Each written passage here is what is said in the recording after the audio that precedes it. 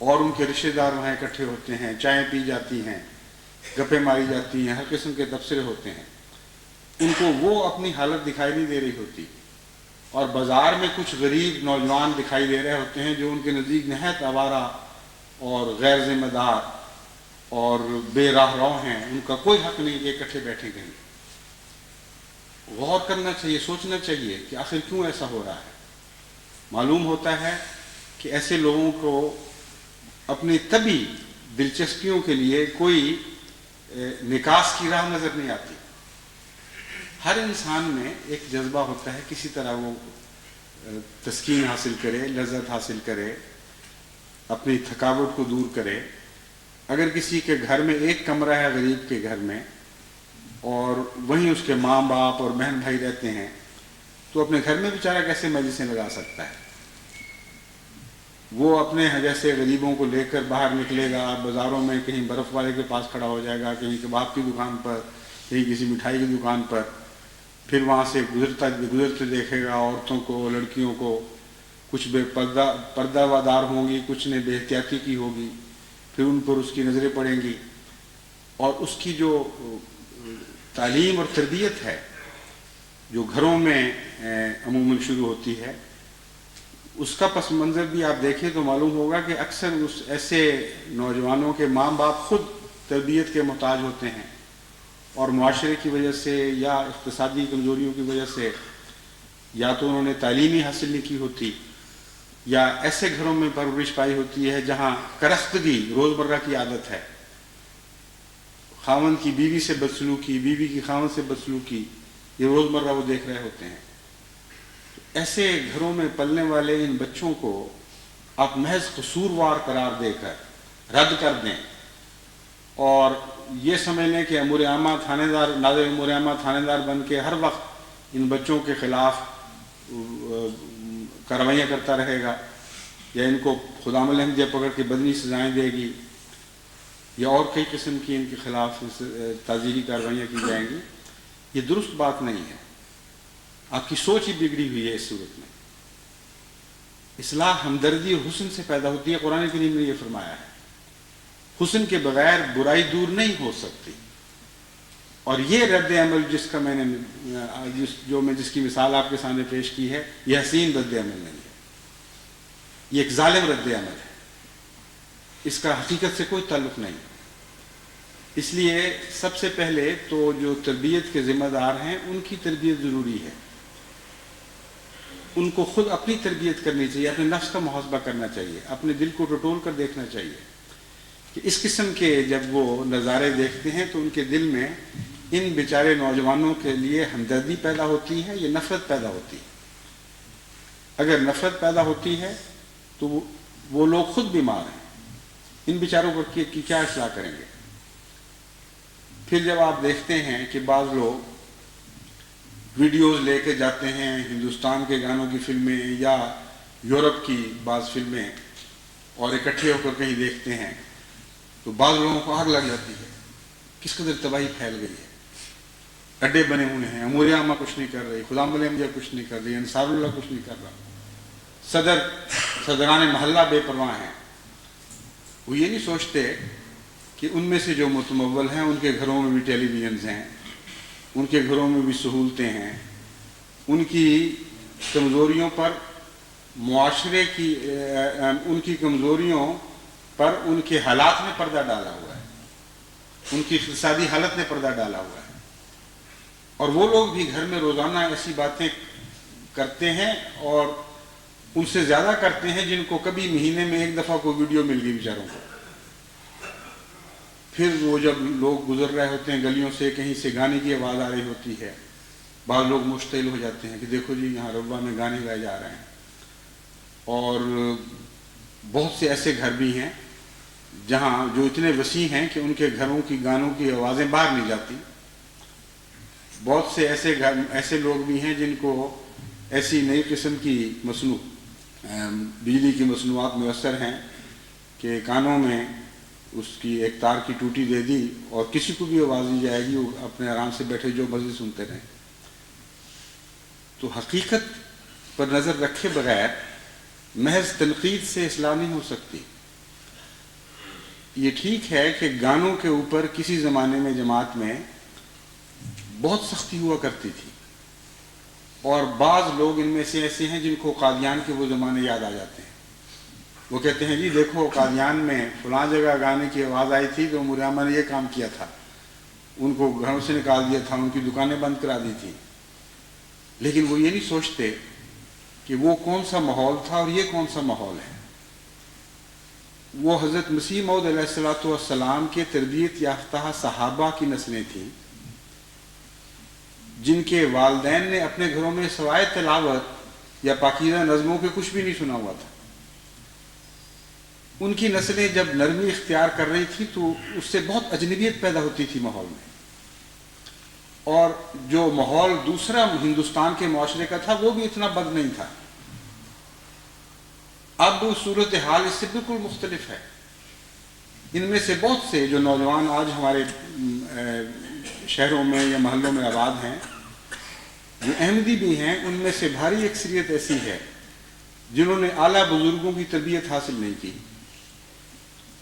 ربوہ میں بھی ارد گرد سے، صرف ارد گرد سے نہیں بلکہ سارے پاکستان سے، بلکہ اس سے باہر سے بھی بہت سے ایسے لوگ آباد ہوئے ہیں جا کر، جن کا اپنا تربیتی پس منظر بہت کمزور ہے۔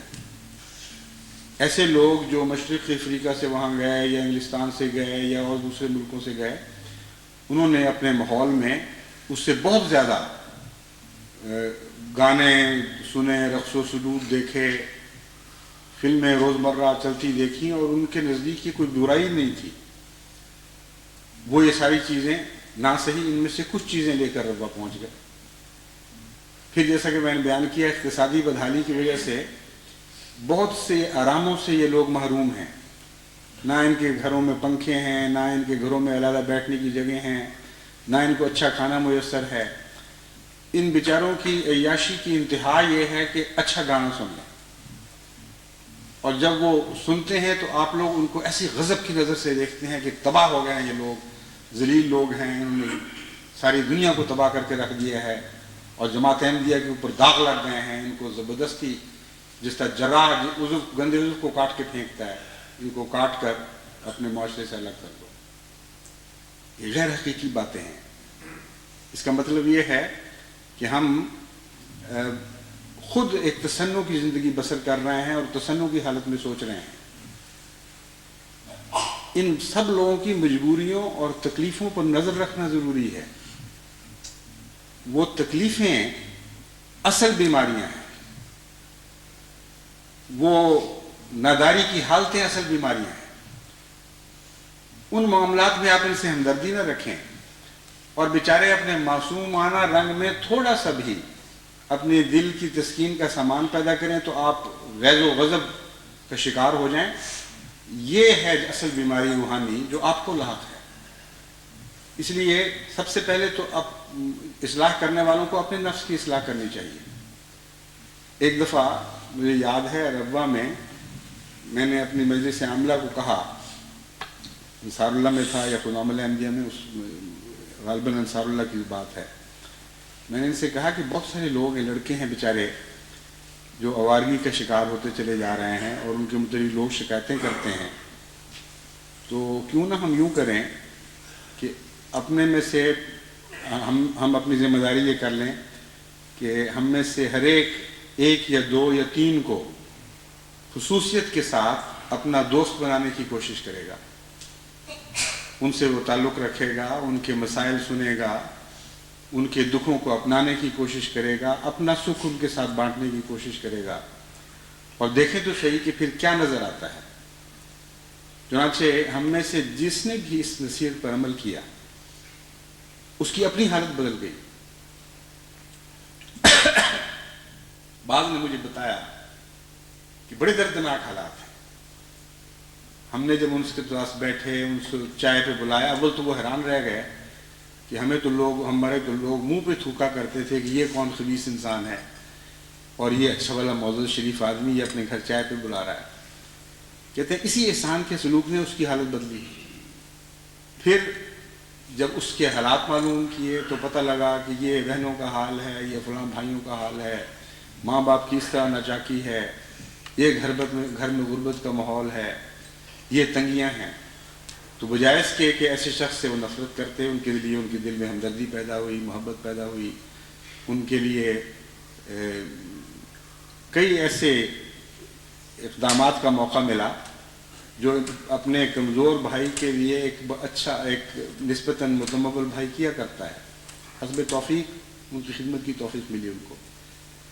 اور بعض ایسے نوجوان تھے جن کے متعلق میری رپورٹیں یہ تھیں کہ یہ اتنے گندے ہو چکے ہیں کہ اس لائق نہیں کہ ان کو ربا میں ٹھہرنے دیا جائے۔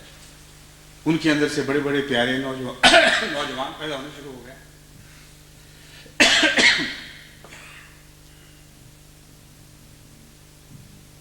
بس اصلاح کا جو منبع ہے وہ آپ کا دل ہے۔